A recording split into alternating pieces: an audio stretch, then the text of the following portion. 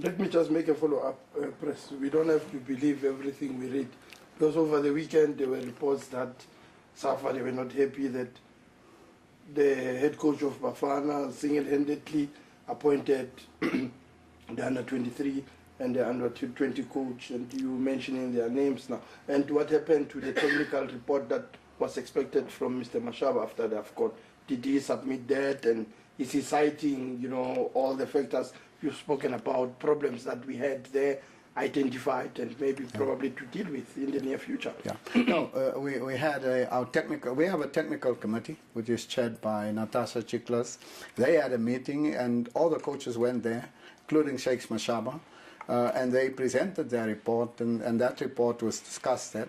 I have not seen the report yet, nor did I get feedback. You must know I just came back into the country, and those reports will be tabled at the level of the National Executive Committee, and we will then see what are the steps that's required to move forward. But in football, you will find that the senior coach would have an influence as to who this assistant must be. That is not just in the case of Shakes Mashaba.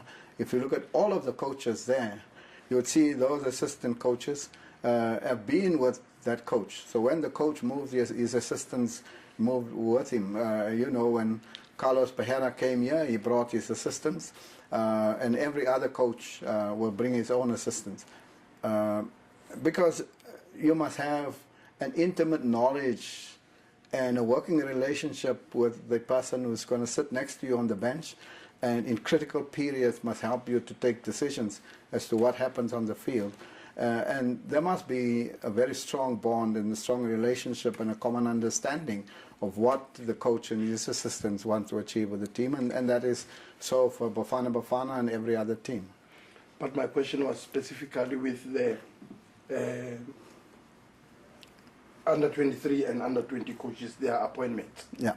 No, part of it is informed by the response to the question, how do you integrate the teams? You see, in the past, you will find that Bafana Bafana needs a left-sided defender or a striker. What will then happen is that the player who's injured is 28 or 29. The player who replaces him is 31 or 30. And we said in building a team, you have to look at the next generation of players. And in order to do that, you must have your under-20, under-23, and your senior coach to have a very close working relationship, so that they must all know what's happening in the junior teams. And the under-20 and under-23 players must also feel that I am, in fact, part of that next generation of the senior team.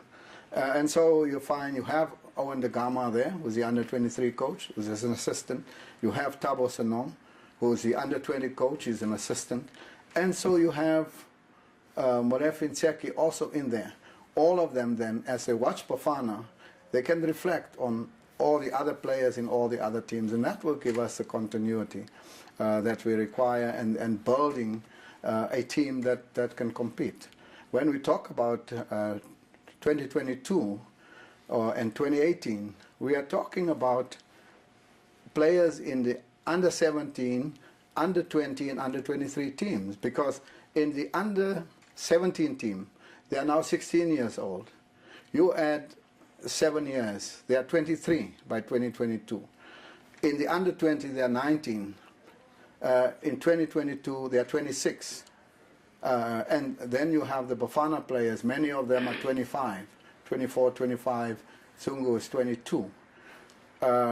So if you look at any team playing in the World Cup, you look at players between 28 and 32, 26 to 28, and 24 to 20, which means it's your under-17, your under-20, your under-23, and your current team will form your team in 2022.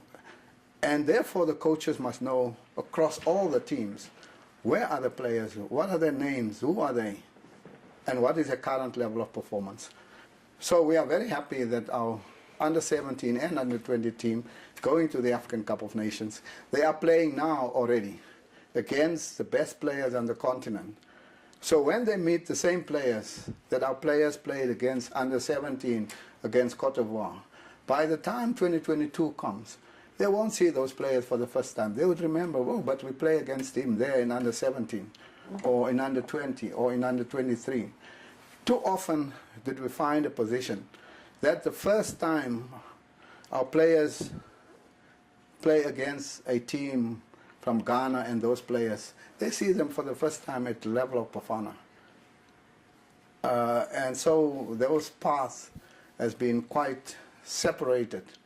And therefore this integration was a key strategic objective of why we thought that Shakes must be part of that conversation and include all of the coaches.